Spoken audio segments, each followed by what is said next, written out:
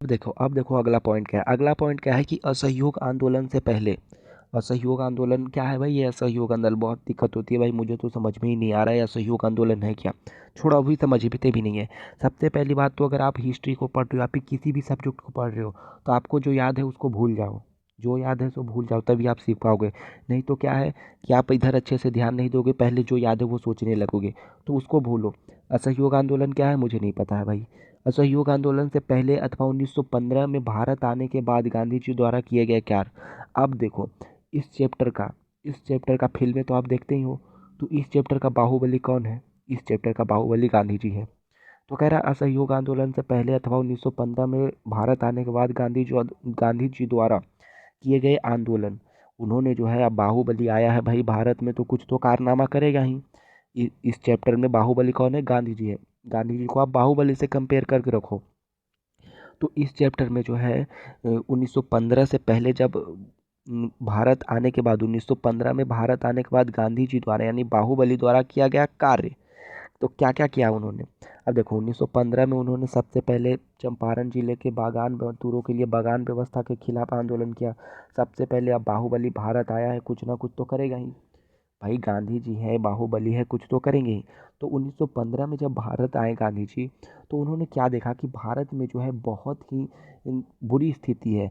वो उससे पहले कहाँ रहते थे? अब अगर आपसे प्रश्न पूछ लिया जाए कि 1915 से पहले गांधी जी कहाँ थे, तो 1915 से पहले जो थे वो अफ्रीका में थे। रंग भेद उन्मूलन के खिलाफ उनका आंदोलन चल रहा था।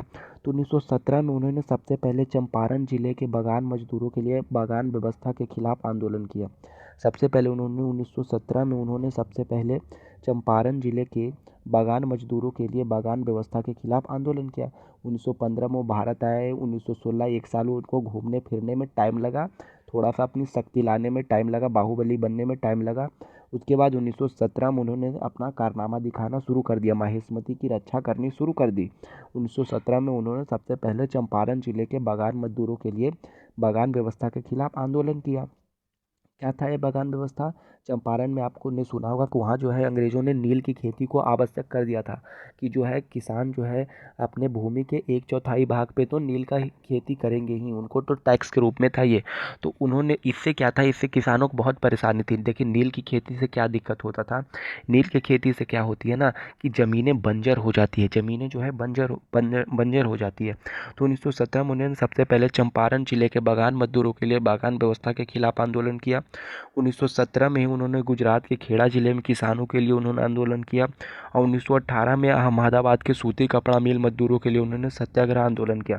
यानी कि जो है इसको हम किन पॉइंटों में लिख देंगे? अगर आपसे इस तरह से पूछा जाए कि असहयोग आंदोलन से पहले, असहयोग आंदोलन से पहले, अब असहयोग आंदोलन इसका मतलब 1918 के बाद हुआ, क्योंकि ये कह रहा है असहयोग आंदोलन से पहले। और असहयोग आंदोलन से पहले 1918 में अहमदाबाद में सूती कपड़ा मिल मजदूरों के लिए उन्होंने सत्याग्रह आंदोलन किया। यानी सहयोग आंदोलन तो अब तो एक चीज़ पक्का है कि 1918 के बाद ही हुआ होगा। 1918 तक 1918 तक असहयोग आंदोलन हुआ नहीं, इसको भूल जाओ। तो 1900 कह रहा है कि असहयोग आंदोलन से पहले अथवा 1915 में भारत आने के बाद गांधी जी द्वारा किए गए आंदोलन। तो 1917 में उन्होंने सबसे पहले चंपारण जिले के बागान मजदूरों के लिए बागान व्यवस्था के खिलाफ आंदोलन किया। 1917 में ही गुजरात के खेड़ा जिले में किसानों के लिए आंदोलन किया। और 1918 में अहमदाबाद के सूती कपड़ा मिल मजदूरों के लिए उन्होंने सत्याग्रह आंदोलन किया। अब है रॉलेट एक्ट। इसमें ही एक प्रमुख है कि रॉलेट एक्ट क्या है। रॉलेट एक्ट क्या है कि अपने तीनों आंदोलन में, अब हमने जो पिछली तीन आंदोलन पढ़ी, हमने जो पिछली तीन असहयोग आंदोलन पढ़ी थी, इनमें उनको कामयाबी मिला। इनमें जो है उनकी जीत हुई, बाहुबली के रूप में जो उन्होंने लड़ा इन तीनों युद्धों को, इनमें जीत मिली उनको। तब इससे जो है उनका और बढ़ गया जोश, और बढ़ गया वो बिल्कुल, और बाहुबली से सोचे कि हम कटप्पा को भी हरा देंगे।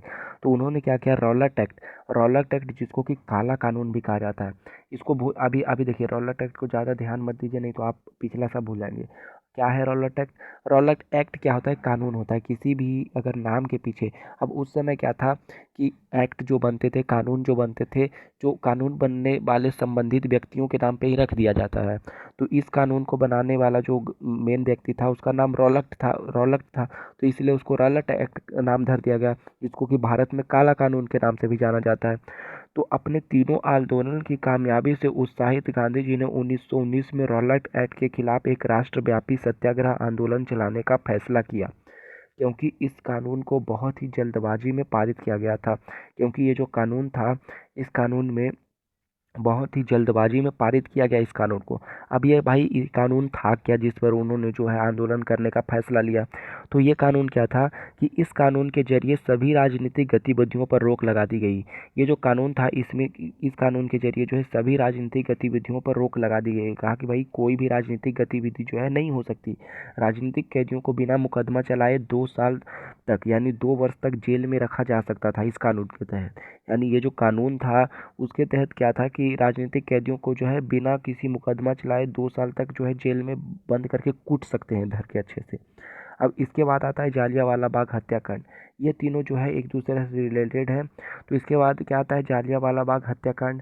ये क्या है कि 13 अप्रैल 1919 यानी रॉलेट एक्ट आने के बाद, देखिए डेट याद रखिए, 1919 में रॉलेट एक्ट आ गया था। अब कह रहा है 13 अप्रैल 1919 को जालियांवाला बाग हत्याकांड हुआ। इसका डेट याद रखिए, 13 अप्रैल 1919 को जालियांवाला बाग हत्याकांड हुआ। उस दिन अमृतसर के आखिरकार हुआ क्या था उस दिन कि उस दिन अमृतसर में बहुत सारे गांव वाले सालाना बैसाखी मेले में शिरकत करने के लिए जालियांवाला बाग मैदान में जमा हुए थे।